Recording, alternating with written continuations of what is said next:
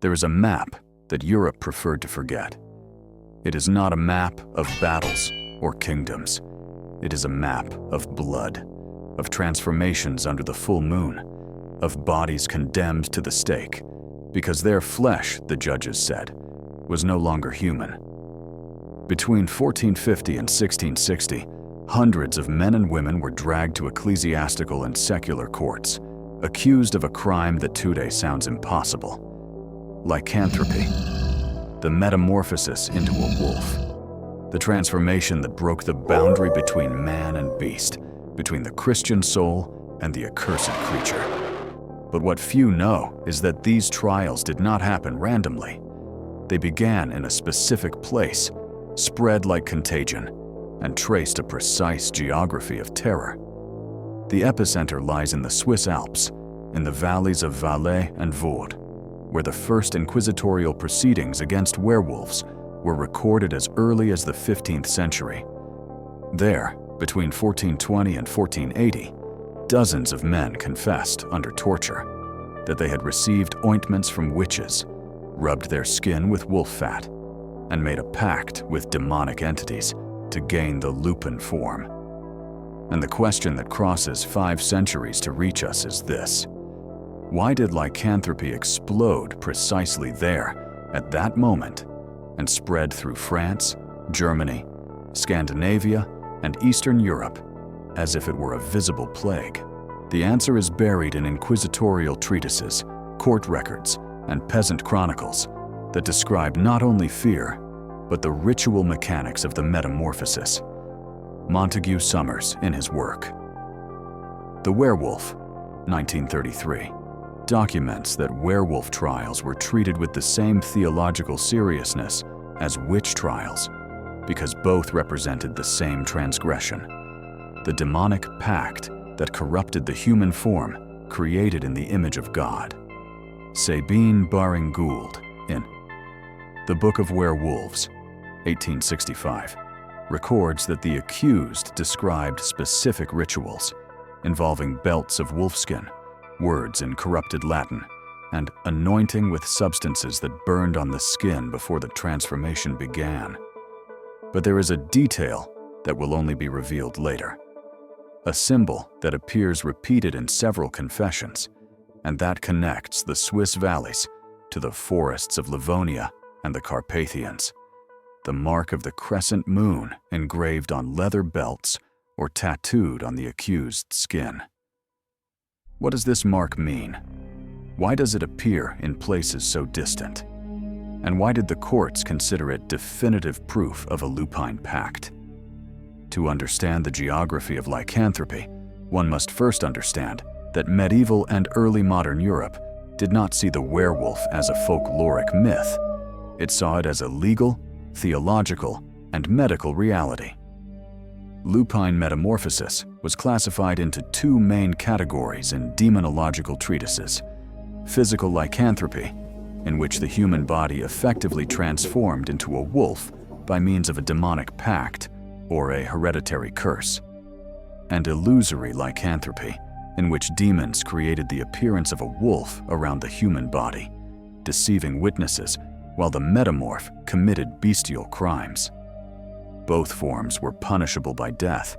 The treatises further distinguished lupin traditions that varied by region. In Northern Europe, especially in Scandinavia and the Baltic regions, the tradition of the Ulfhednar and Berserkir represented warrior, initiatory lycanthropy, linked to pagan cults of Odin, in which warriors wore wolf pelts and entered states of ecstatic fury that made them fight like beasts. These practices were progressively criminalized after Christianization, but persisted in rural pockets until the 17th century. In Central Europe, particularly in France, Germany, and Switzerland, lycanthropy was associated with witchcraft, the explicit demonic pact, and the Sabbat, the nocturnal assembly in which witches and metamorphs gathered to worship the devil and receive powers of transformation. In the Balkans and the Carpathians, lycanthropy mingled with vampiric traditions. creating hybrid figures such as the Greek Vrikolakas and the Romanian Pricolici, undead who alternated between human, lupine, and vampiric form according to the lunar cycle. The Catholic Church, through treatises such as the Malleus Maleficarum, 1486, consolidated the official position. Metamorphosis was the work of demons, who with divine permission as a test of faith, granted human pact makers the ability to assume animal form to perpetrate murder, cannibalism, and the profanation of corpses. Heinrich Kramer and James Sprenger, authors of the Malleus, devote specific sections to metamorphs, describing how to identify them by bodily marks, nocturnal behavior, and confessions extracted under judicial interrogation. But there is an element that permeates all these treatises and has not yet been fully explained: the taboo of silver. Why was silver, a metal associated with the moon and alchemical purity, considered fatal to werewolves? Why do silver bullets, silver knives, and silver chains appear in hunting accounts in regions as distant as French Aquitaine and Baltic Livonia? The answer is tied not only to religious symbolism, but to the very ritual mechanics of metamorphosis, which will be revealed in the forbidden ritual. And there is yet another mystery. During the trials, specific objects were confiscated from the accused: leather belts with inscriptions in Latin or runes, small iron blades stained with blood, vials with nauseating smelling ointments. One of these objects, mentioned repeatedly in the archives of Valais and Besançon, is a belt with a buckle engraved with a crescent moon and symbols the inquisitors could not decipher. What was the ritual function of this belt? Why did so many defendants carry versions of it? The answer lies at the center of the Lupine Pact. The ritual that transformed man into wolf was not spontaneous. It was liturgical, prepared, transmitted. The confessions extracted in the courts of Valais, Poligny, and Besançon between 1450 and 1600 reveal a consistent ritual structure, which suggests organized oral tradition, not individual delirium. The initiatory lupine metamorphosis process, the one that created the permanent bond between human flesh and bestial form, required 3 material elements and a blood oath. First element, the lycanthropic ointment. Dozens of proceedings mention a thick paste of repugnant odor that the accused rubbed on their skin before the transformation. The composition described in the records varies, but recurring ingredients include fat of a freshly slain wolf, henbane, belladonna, aconite, also called wolfsbane, ashes of human bones, and menstrual blood. These substances, all poisonous or hallucinogenic, were mixed in cauldrons under a crescent moon and consecrated with invocations to demonic entities. The concept of hematodipsia, the thirst for blood that characterizes vampires, has a parallel in lycanthropy through what the treatises call the lupine appetite, the irresistible compulsion for raw flesh and warm blood that arose after the first metamorphosis. Second element, the lupine belt, also called the wolfskin belt. Confessions describe belts made of wolf leather tanned with black salt and herbs, engraved with lunar symbols and words in inverted Latin. The accused wore the belt directly over bare skin, tightened it until it marked the flesh, and pronounced the oath of surrender. Pierre Burgot and Michel Verdun, tried in Poligny in 1521, confessed that they received belts from a man dressed in black who met them at a crossroads during a storm. The man taught them the words, "I renounce God, the Virgin, and the saints. I give myself to the Lord of forms. May my flesh follow the moon and my blood know the hunt." Upon pronouncing these words for the first time, both reported sharp pain, fever, and the sensation that the skin was tearing from within. Third element, the bodily mark, the lunar stigma. After the initiation ritual, the metamorphs developed physical marks that the inquisitors sought as proof of a pact. These marks included dark patches in the shape of a crescent moon, usually on the left shoulder or the thigh, hair abnormally thick and dark, growing in unusual areas, scars that did not close completely and bled on nights of the full moon, as well as insensitivity to pain in specific areas of the body, tested by the inquisitors with needles. The blood oath, the fourth element, sealed the pact. The initiate cut the palm of the left hand, let the blood drip onto the ground or into a vessel, and swore fidelity to the Lord of Metamorphoses and to the spiritual pack. This oath was not individual. It created a bond with other metamorphs of the region, forming spiritual pacts that recognized one another by signs, protected each other, and hunted together on specific nights. The physical transformation was described consistently. It began with high fever, cold sweat, and pain in the bones, as if they were breaking and remolding themselves. The hair grew rapidly, first on the back and arms, then over the whole body. The hands and feet deformed, the nails lengthened into claws. The face projected forward, the teeth sharpened, the eyes changed color to yellow or red. The complete transformation took between 15 minutes and 1 hour, depending on the phase of the moon and the metamorph's experience. The full moon facilitated and intensified the metamorphosis. The new moon made it more difficult and painful. But there is a crucial detail that connects everything: the totemic object confiscated in the trials. This belt with a lunar buckle was not just a symbol, it was ritual technology. The buckle, when exposed to the light of the full moon, according to the confessions, shone with its own light and called the flesh to change. The inquisitors, unable to explain this phenomenon, classified it as demonic illusion. However, dozens of defendants in different regions, without contact among themselves, described the same object, the same light, the same call. What was the true nature of this artifact? And why was its existence considered anathema, an irreversible curse that condemned not only the bearer, but also his descendants? The lupine metamorphosis was not a blessing.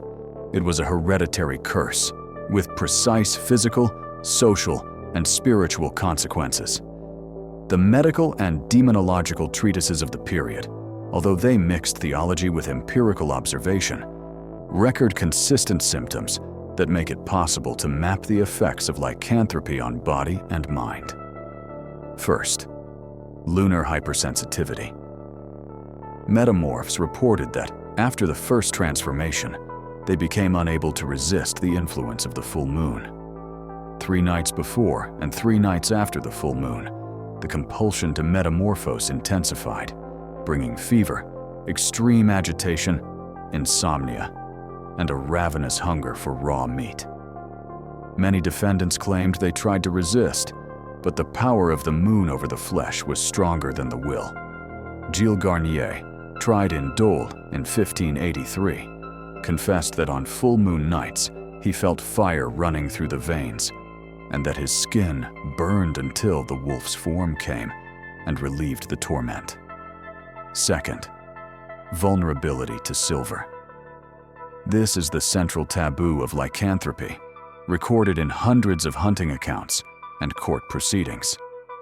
Silver did not merely wound werewolves, it caused them disproportionate pain and prevented the rapid healing that characterized their ordinary injuries.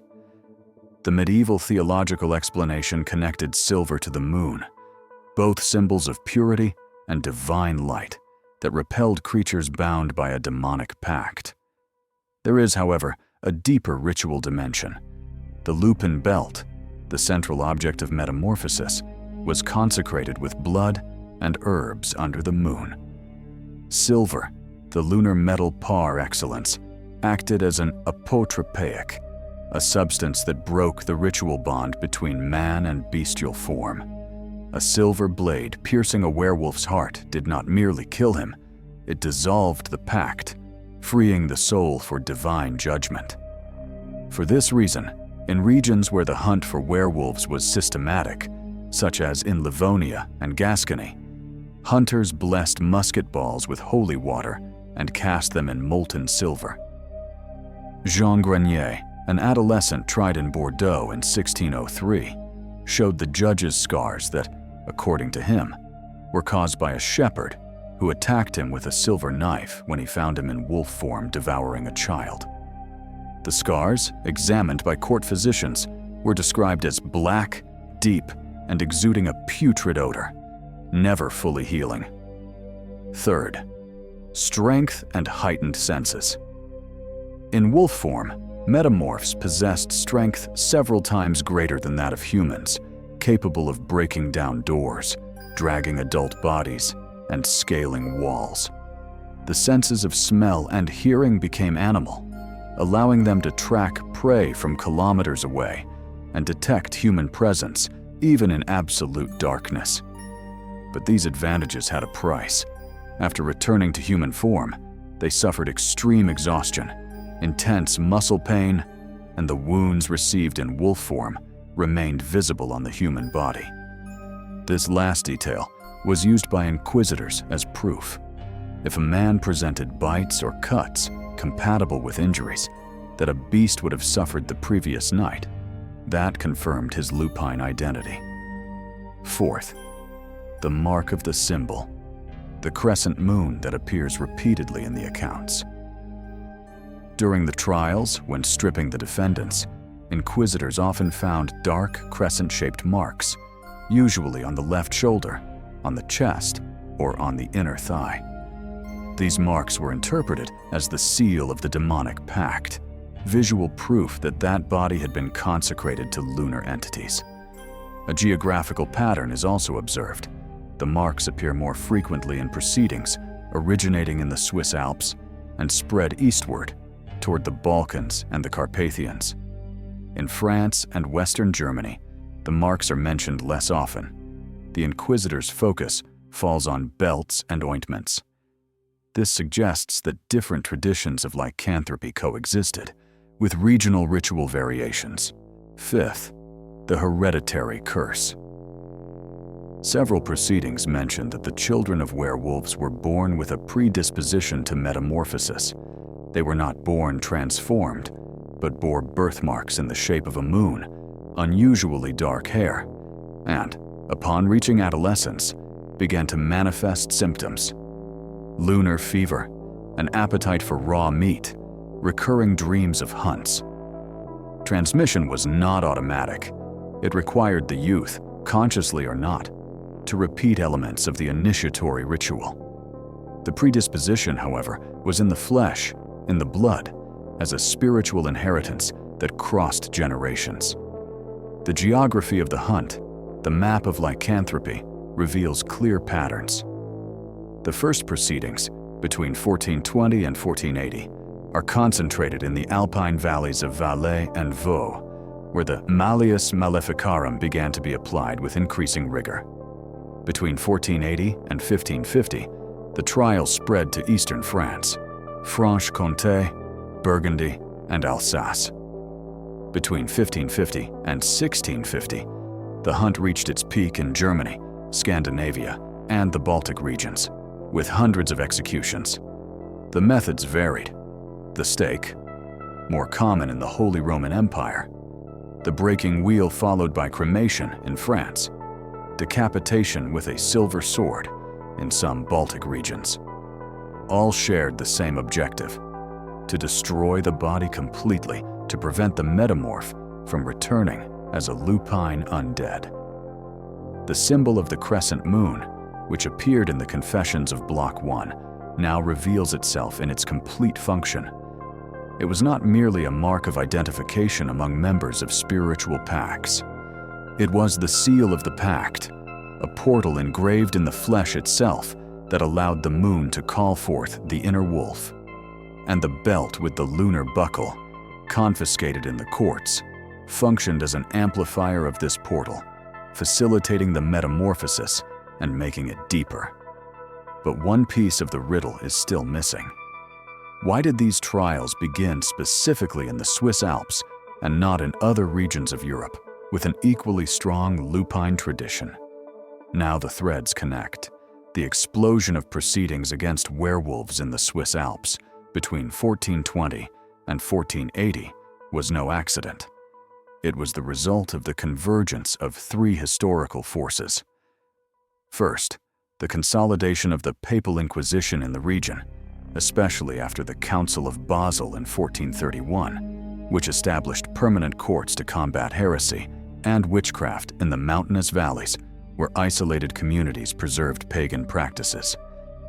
Second, the publication and dissemination of the Malleus Maleficarum in 1486, which provided inquisitors with a practical manual to identify, interrogate, and condemn metamorphs, systematizing what had previously been scattered persecutions. Third, the 15th century climate crisis, with harsh winters, poor harvests, and an increase in attacks by starving wolves on villages, creating the perfect context to project onto marginalized humans the figure of the predatory wolf.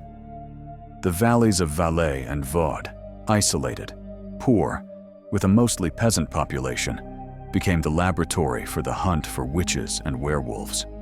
From there, the inquisitorial methodology spread along commercial and ecclesiastical routes, to France via Burgundy and Franche-Comté, to Germany via Basel and Strasbourg, to the east through monastic networks that connected the Alps to the Carpathians, and lupine ritual knowledge, orally transmitted in local pagan traditions, was being discovered, recorded, and criminalized in every new region reached by the Inquisition. The symbol of the crescent moon, present on belts, tattoos, and birthmarks, reveals itself as an element of a pre-Christian symbolic system that associated lupine transformation with lunar cycles and male rites of passage. In ancient Germanic and Celtic cultures, temporary metamorphosis into a wolf was part of warrior initiations. Youths spent periods in the forest, wearing wolf pelts, hunting, and living as a pack before returning to the village as complete men. With Christianization, these rites were suppressed, but they survived in fragmented forms, especially in mountainous and border regions. What the Inquisition found were not literal werewolves, but cultural residues of initiatory traditions that, under torture and within the medieval Christian cosmology, were reinterpreted as a demonic pact. The lupine belt, a central totemic object, was originally a ritual piece of passage that marked the young initiate as a member of the symbolic pack. The buckle with a crescent moon was its seal. When these objects were found in proceedings of the 15th and 16th centuries, already disconnected from their original context, they were read as instruments of witchcraft, and the taboo of silver, so consistent in the accounts, had both symbolic and practical roots. In pre-Christian ritual contexts, silver was a metal sacred to the moon and to lunar goddesses, used in protective amulets. In the Christian inversion, the same silver that protected became a weapon against those who were thought to have made a pact with the dark side of the moon. The vulnerability to silver was not physical in the modern sense, but ritual. Silver broke the spiritual bond that sustained the transformation. Now, the modern consequences. The hunt for werewolves left deep marks on European culture. Entire villages in the Alps, in Gascony, and in Livonia still preserve legends about cursed families, houses where werewolves are said to have lived, and forests where the transformations occurred. Surnames such as Lobo, Wolf, Ulrich, derived from Ulf, wolf, carry the memory of these persecutions, and the accounts of man-eating wolf attacks that justified many trials reveal human tragedies. extreme hunger leading to cannibalism, misunderstood mental illnesses, and social outcasts, hermits, solitary shepherds, people with physical deformities, turned into scapegoats for collective fear. Judicial lycanthropy, a term used by modern historians, describes this phenomenon in which the legal system produced detailed confessions of metamorphosis, not because the transformation was real, but because torture, inquisitorial suggestion, and shared cultural belief shaped the narratives. But there is something that persists beyond the historical explanation: the structure of the accounts. Why do confessions in regions so distant, without communication among themselves, describe such similar rituals? Why the same crescent moon symbol, the same ointment ingredients, the same transformation process? Historians speak of subterranean cultural transmission, pagan oral traditions that survived centuries after official Christianization. Anthropologists mention archetypes of transformation, universal psychological patterns of human-animal metamorphosis present in many cultures. Within the internal logic of the phenomenon, the answer is simpler. There was a real tradition, not of physical metamorphosis, but of transmitted ritual knowledge, of consecrated objects, of bodily marks that identified initiates. What the Inquisition destroyed were not werewolves, but the last fragments of pagan religiosities that saw in lupine transformation a sacred metaphor for the passage between human and divine, between culture and nature, between order and wildness. Two literary voices capture the enduring essence of this mystery. Anne Rice, when exploring metamorphic natures in her works, observed, "Transformation is always a loss," underscoring that metamorphosis is never without cost. It always requires the sacrifice of the former form. And Stephen King, a master of horror that touches the human, wrote, in reflection on monstrosity, "Monsters are real, and ghosts are too," recognizing that the deepest terror is not the supernatural, but what we do to one another when we label our neighbor a monster. The werewolves of Europe were not beasts that hunted under the moon. They were people hunted because they represented everything the medieval Christian order could not tolerate: the wild, the pagan, the body that refuses to remain fixed. The map of lycanthropy is complete. From the Swiss valleys of Valais and Vaud, where the first trials shaped the methodology of the hunt, through eastern France, Germany, Scandinavia, and onto the Baltic forests and the Carpathians, hundreds of people were condemned, executed, and forgotten. But the geography of fear remains inscribed. It is possible to visit Poligny, where Pierre Burgot and Michel Verdun confessed to having received the lupine belts. It is possible to walk through the valleys of Valais, where the first pyres burned those accused of metamorphosis. It is possible to read the records of the courts of Dole, Bordeaux, Cologne, in which judges detailed each ritual, each bodily mark, each confession wrenched under torture. And in reading these documents, one question remains: what really happened on those nights of the full moon?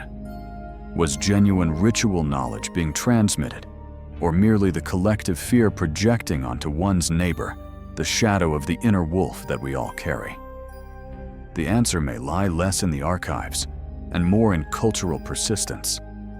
Even today, in rural regions of the Alps and the Balkans, families avoid speaking about certain ancestors, about abandoned houses at the edges of forests, about symbols on old tombstones that no one explains, the crescent moon carved in stone, the surname no one wishes to bear, the local legend about the shepherd who was never found. They are fragments, echoes of when Europe hunted werewolves, not the creature, but the idea of it, and of when human beings paid with their lives for representing the uncontrollable, the flesh that answers the moon, the blood that promises and demands. If you know of a place where these signs still appear, a time-worn mark, a local tale of transformations, or even a surname that carries the lupine memory, leave it in the comments.